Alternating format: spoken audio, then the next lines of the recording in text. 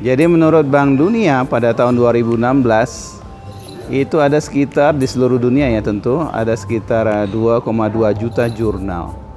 Dari 2,2 juta jurnal itu kira-kira ada 34.000 jurnal yang terindeks di SJR. SJR itu adalah Shimago Journal Rank ya. Dan kemudian dari 34.000 itu ada sekira 16.000 itu yang terindeks di Web of Science dari Clarivate Analytics. Dahulu dikenal dengan nama Thomson Reuters ya. Nah, dari entah itu 2,2 juta atau 34.000 atau 16.000 jurnal itu, tipe artikel yang ada di dalam jurnal-jurnal itu yang pertama adalah original artikel. Yang kedua adalah rapid communication atau letters ya. Yang ketiga itu adalah case studies ya. Jadi itu. Ada lagi sebetulnya yang kita sebut dengan review artikel. Ini sedikit agak berbeda. Jadi secara umum itu saja jenis-jenis artikel.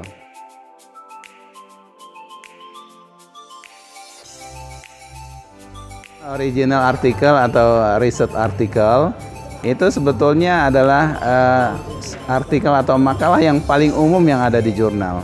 Jadi kalau kita lihat sebetulnya itu adalah perkembangan dari satu masalah ke solusi, kemudian timbul masalah lagi ke solusi lagi.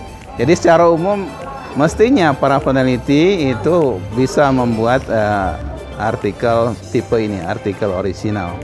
Nah, bentuk dari artikel orisinal ini sebetulnya sangat sederhana, yang kita sebut dengan IMRAD, Introduction, Methodology, Results, ya, and discussion, ya. Jadi itu saja metodenya. Tentu ada juga yang sedikit menyimpang dari itu, terutama untuk bidang sains sosial. Jadi di dalam sains sosial itu ditambah dengan literature review.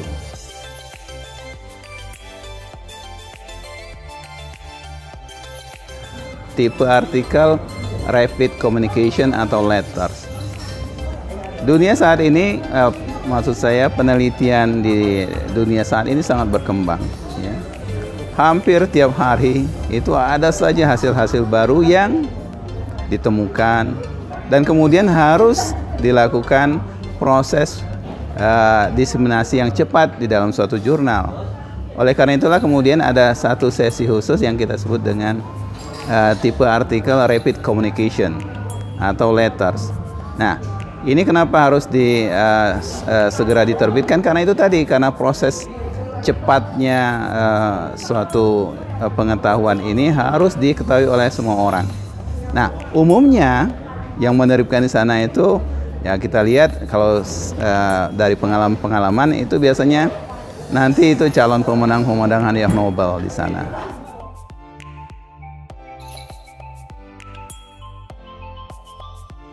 Artikel berikutnya adalah tipe case study. Sesuai dengan namanya, studi kasus. Jadi banyak sekali di dunia ini itu kasus-kasus yang spesifik dan kemudian kemungkinan dia akan berulang kembali. Oleh karena itulah kemudian kasus-kasus ini kemudian dipelajari dan kemudian dibuat penelitiannya, kemudian disebarkan supaya para peneliti berikutnya bisa tahu bahwa kejadian ini sebetulnya sudah pernah.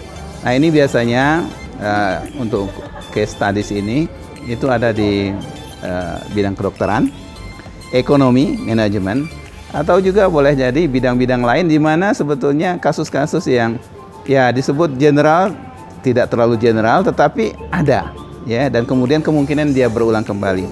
Nah, kasus-kasus beginilah yang harus dituliskan dan kemudian didiseminasi dengan tipe artikel yang kita sebut dengan case studies.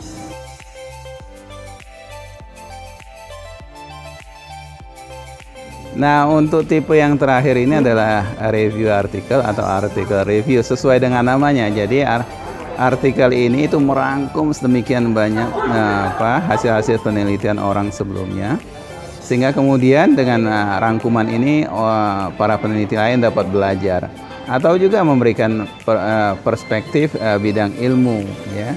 Jadi ciri-ciri dari artikel review ini ya bisa umumnya dia memiliki daftar pustaka yang ratusan, sedikitnya kadang kurang 100.